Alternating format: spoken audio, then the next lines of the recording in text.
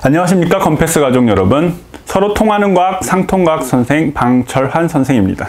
자, 오늘은 2017년 2회 중학교 졸업 검정고시 문제 풀이를 하도록 하겠습니다. 자, 1번 문제 하도록 할게요. 자, 다음 설명에 해당하는 것은 해서 지금 주어졌는데, 여기에 지금 뭐가 주어졌습니까? 렌즈가 주어졌습니다. 자, 그럼 렌즈는 여기 지금 보기에도 주어져 있는데, 볼록 렌즈가 있고 오목 렌즈가 있는데, 지금 이렇게 볼록하게 돼서 빛이 굴절시키는 것을 렌즈라고 얘기하는데, 빛이 들어와서 꺾였어. 자, 그 다음에 중간으로 통과한 것은 직진을 하게 되고 꺾였어. 그래서 이렇게 빛을 모으는 점을 초점. 자, 나란하게 들어온 빛을 굴절시켜 한 초점을 진행하게 한다. 돋보기로 사용한다. 어떤 겁니까? 볼록 렌즈죠. 볼록 렌즈. 자, 그러면 프리즘이라고 얘기를 하는 것은 빛이 들어와서 분산시키는 역할을 하는 걸 우리가 프리즘이라고 얘기를 하고요. 그래서 그러니까 우리가 무지개 생각해 보면, 자, 빛이 들어와서 꺾여서, 자, 빨주, 노초, 파남보 이렇게 나눠져서 무지개 색깔 나타내는 것을 프리즘. 자, 그 다음에 오목 렌즈. 오목 렌즈는 렌즈가 오목한 건데 이렇게 생겨서, 지금 여기서 빛 굴절되는 원리를 선생님 간략하게 얘기를 해주자면, 느린 쪽으로 꺾입니다. 느린 쪽, 느리다라는 얘기. 그러니까 두꺼운 쪽, 렌즈의 두꺼운 쪽. 보세요. 그럼 이렇게 들어와서 중간이 두껍네. 그러니까 중간으로 꺾여. 중간으로 들어온 빛은 다 똑같아. 그래서 직진. 중간이 두껍네. 이렇게. 그러면 여기서 한번 볼게요. 오목 렌즈는 양쪽이 두꺼우니까 이렇게. 중간으로 들어온 빛은 두께가 일정해서 직진. 그 다음에 아래로 들어온 빛은 이쪽이 두꺼우니까 이렇게. 그러면 오목 렌즈는 어떻게 빛을 퍼지게 하는 거죠. 또 잠깐 부가 설명을 하자면, 자, 돋보기를 이용되니까 우리가 원시, 그러니까 멀리 있는 건 잘 보이는데 가까이 있는 걸 잘 안 보여. 그리고 할아버지 할머니들 이렇게 놓고, 돋보기 노안이라고 하죠. 이렇게 놓고 보게 되고, 그러니까 어린 아이들, 우리 같은 경우 안 보여가지고 이렇게 가까이 놓고 보는데, 이것을 우리가 근시, 오목 렌즈는 근시 교정용으로도 사용할 수 있다. 그 다음에 평면 거울, 우리가 반사의 원리, 우리가 보통 보는 거울을 평면 거울이라고 얘기를 합니다. 자, 그래서 1번 답 볼록 렌즈 해서 2번이 답이 됩니다. 자, 다음 문제 하도록 할게요. 2번. 그림과 같이 가만히 놓은 공이 떨어지는 동안 시간에 따른 공의 속력을 나타낸 그래프는, 떨어지면 일단 어떻게 될까요? 빨라진단 말이야, 속력이. 그러면 속력이 빨라지는 거 찾아보니까 1번 2번은 속력이 계속 느려지는 거고, 3번은 빨라졌다 느려질 거고, 4번도 빨라졌다 느려질 텐데, 자, 정답은 1번이에요. 속력이 계속 빨라질 거야. 우리가 하늘에서 떨어졌다고 생각해봐. 계속 속력이 빨라진단 말이야. 자, 그럼 공의 속력인데, 이렇게 지금 속력의 변화를 시키는 것이, 속력의 변화를 시키는 원인을 우리가 힘이라고 얘기를 합니다. 힘이라는 것이 속력의 변화를 시키는데, 여기 지구상에서 이물체를 떨어뜨리는 어떤 힘이 작용을 하지? 중력이라는 힘이 작용을 합니다. 중력. 그래서 이 중력이라는 힘이 일정하기 때문에 속력 변화를 일정하게 시켜서 계속 빨라지게만 한다. 그래서 정답은 1번. 이것을 우리가 등가속도 운동이라고 얘기를 합니다. 자, 다음 문제 3번 하도록 할게요. 그림은 비스듬히 위로 던진 공의 운동 경로를 나타낸 것이다. A, B, C, D 중 중력의 위치 에너지가 가장 큰 것. 중력의 위치 에너지가 가장 큰 지점.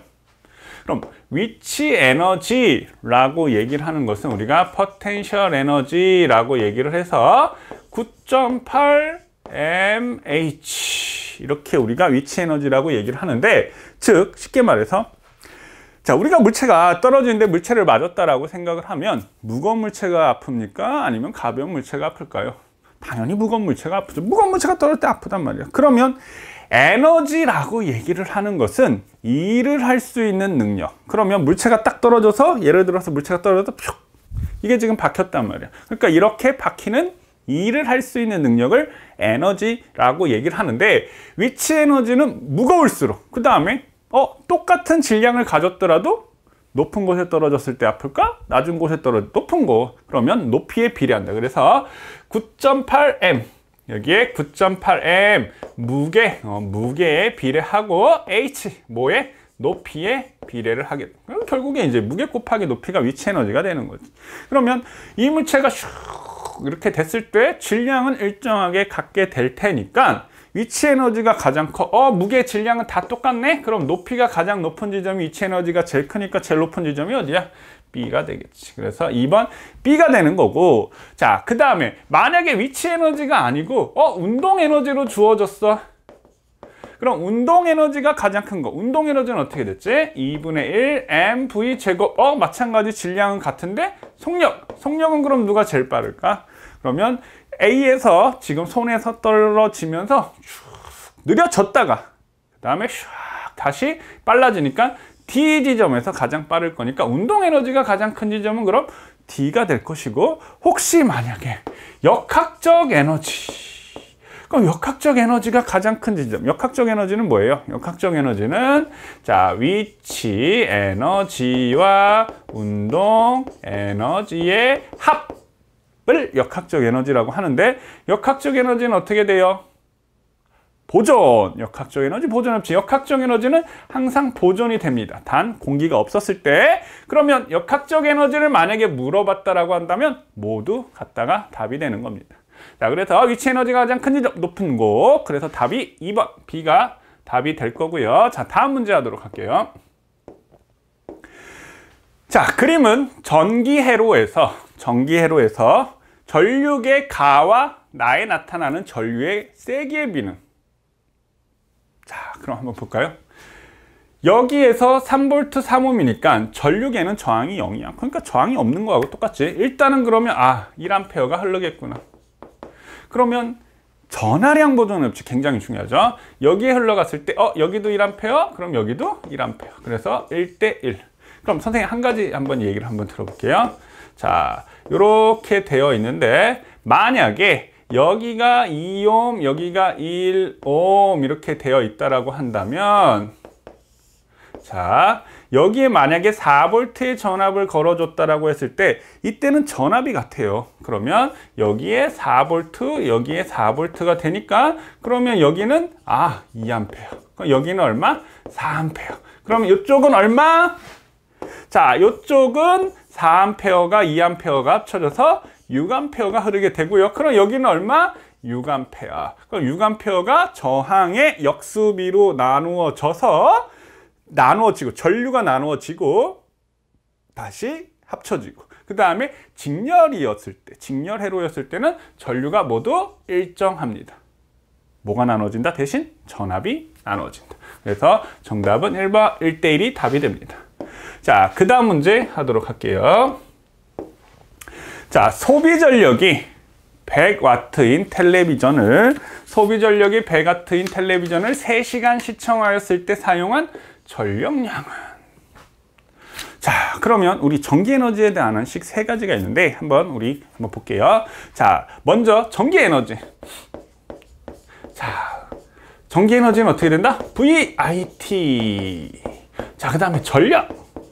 전기의 힘, 파워, 전력. 얘는 전력 P는 VI. 그래서 VIP. 그 다음에 전력량. 자, 전력량은 마찬가지 VIT. 선생님 전기에너지하고 똑같네요. 차이점. 얘는 초 단위, 얘는 아워, 1시간 단위, 아워.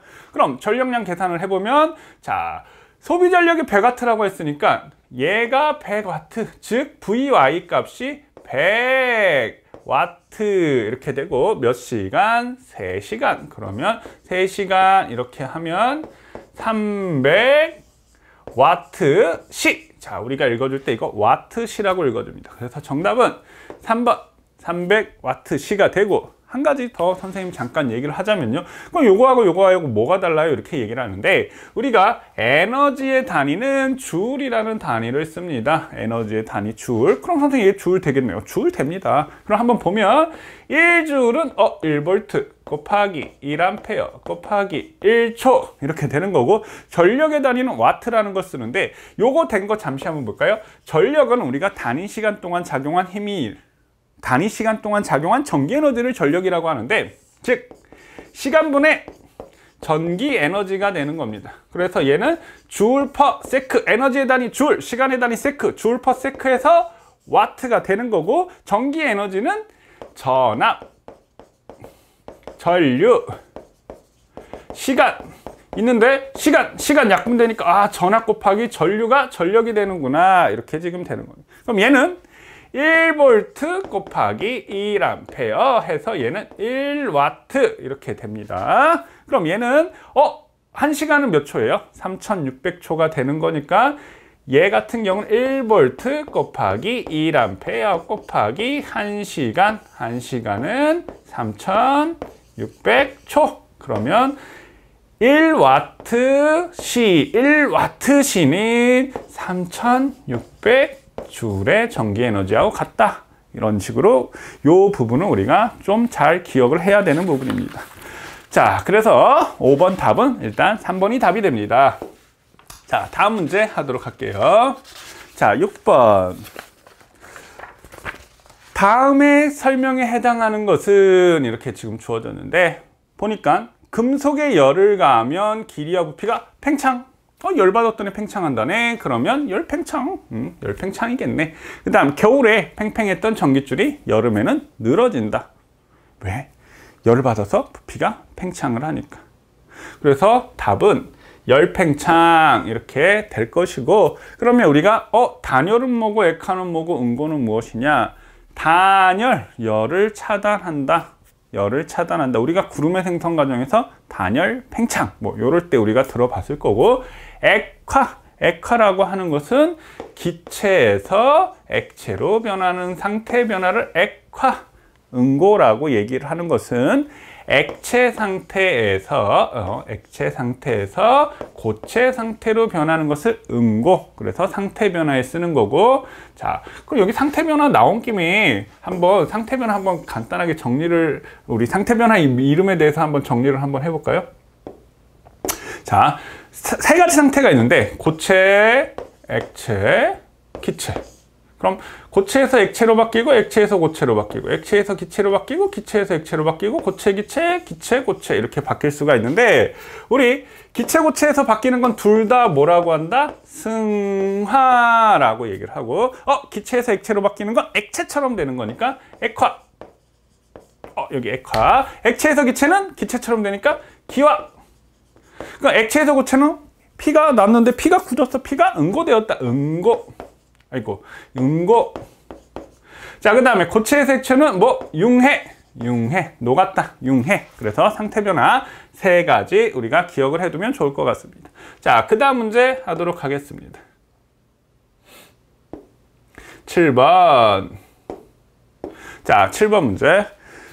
그래프는 어떤 고체 물질, 여기 고체 물질을 가열할 때 가열 시간에 따른 온도를 나타낸 것이다. 고체와 액체가 함께 있는 구간. 그럼 가열하는데 고체와 액체가 함께 있으려면 고체에서 액체로 상태 변화는, 즉 방금 했는데 융해. 자, 그러면 여기가 고체래. 녹네. 그럼 여기가 당연히 고체에서 액체로 상태 변화하는 구간. 그럼 고체하고 액체가 같이 있겠구나. 그럼 고체와 액체가 함께 있는 구간은 1번 이렇게 될 것이고, 그럼 자, 여기 지금 상태 변화하는데 온도가 일정한 거 지금 확인하셔야 되고요. 그 다음 B는 그럼 무슨 상태다? 액체 상태. 그럼 C는 액체에서 끓는다라고 하는 것은 우리가 내부에서 상태 변화가 일어나는 것, 전체가 상태 변화가 일어나는 걸 끓는다라고 하는데, C는 액체에서 기체. 그럼 D는 기체 상태. 자, 그런데 여기서 봐야 될 게 뭘 봐야 되냐면, 여기에 일정한 부분에서는 뭘 하는 부분이냐면 상태 변화를 하는 부분이란 얘기야. 상태 변화. 자, 일정한 부분에서 상태 변화를 한다. 지금 A 구간이나 D 구간, D 구간이 아니라 A 구간이나 C 구간은 열을 받고 있습니까? 열을 받고 있어요. 열을 계속 공급을 해서 열을 받고 있는데 온도가 왜 안 올라가니?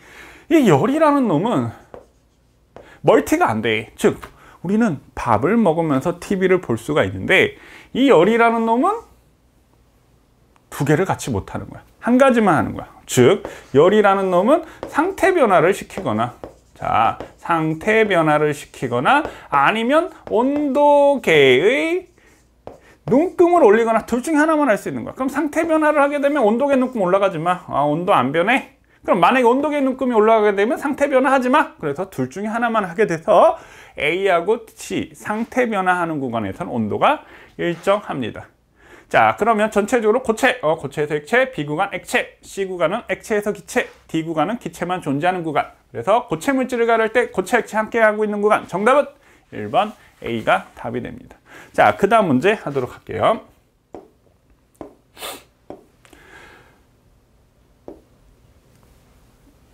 (8번) 문제. 칼슘 이온과 염화 이온으로 구성된 염화 칼슘 화학식. 자, 우리 이온화식을 읽을 때 어떻게? 읽을 때는 음이온, 쓸 때는 양이온. 자, 다시 선생님 간단하게 한번 보면, 자, 읽을 때는, 자, 읽을 때는 음이온부터 읽어주고, 자, 쓸 때, 우리가 이온화식을 쓸 때는 양이온부터 써준다. 자, 그러면 여기에 지금 염화칼슘, 이건 읽은 거야. 그럼 화학식 써주는 거지? 그럼 써주는 거 양이온, 칼슘, 이온, Ca2 플러스, 염화이온, 그러면 Cl 마이너스. 자, 그런데 염화칼슘이라는 이 물질은 전기를 띨까요? 안 띨까요? 안 띄어. 그러니까 우리가 물질, 화합물이 됐을 때는 전하량의 총합이 0, 전기를 띄지 않아야 된다는 얘기야. 자, 그런데 여기에서 칼슘 자체가 플러스 2를 띄고 얘는 마이너스 2를 띄네? 그럼 얘 합치면 어떻게 돼? 플러스 1이 될 거 아니야? 전기를 띄게 된단 말이야. 그럼 전기를 띄지 않게 하기 위해서는 마이너스가 하나 부족하니까 얘가 몇 개 있어야 돼? 2개 있어야 되겠지. 그래서 염화이온 2개. 개수는 그럼 어디다 쓴다? 오른쪽 밑에. 그럼 여기다가 2를 이렇게 써준단 말이야. 그럼 사실은, 자, 1은 생략해주고 요 숫자가 요렇게 가고 요 숫자가 요렇게 간다라고 생각을 하면 됩니다. 뭐는 생략? 1은 생략. 그러면 한번 선생님 읽어볼게요. 얘는 은이온, 염화이온이니까 염화은 이렇게 되고, 얘는 나트륨이온, 수산화이온. 읽을 때는 음이온부터 읽어야 되니까 수산화, 나트륨. 그 다음에 얘는 염화, 나트륨. 그 다음에 얘는 칼슘이온, 염화이온이니까 염화칼슘. 답은 4번. 그래서 정답은 4번 염화칼슘 해서 8번 답은 4번이 답이 됩니다. 자, 다음 문제 하도록 할게요. 자, 9번.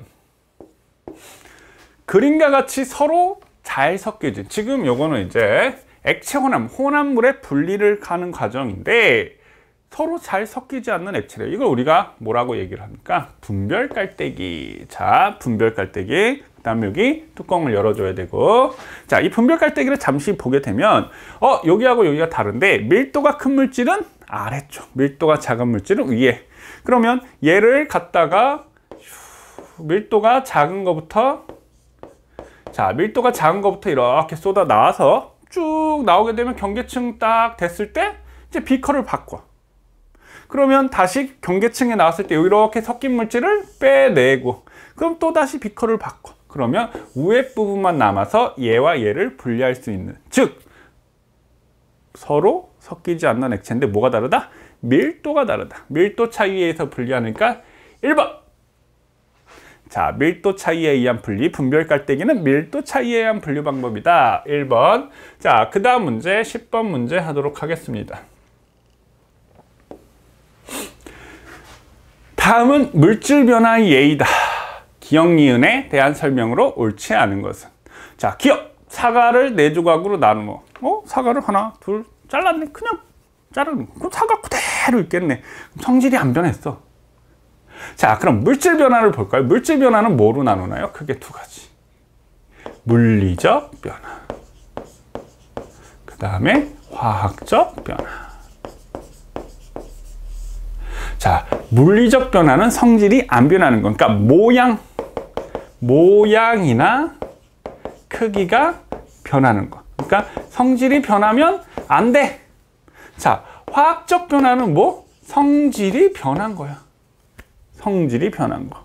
자, 예를 한번 들어볼게요. 자, 소금하고 물을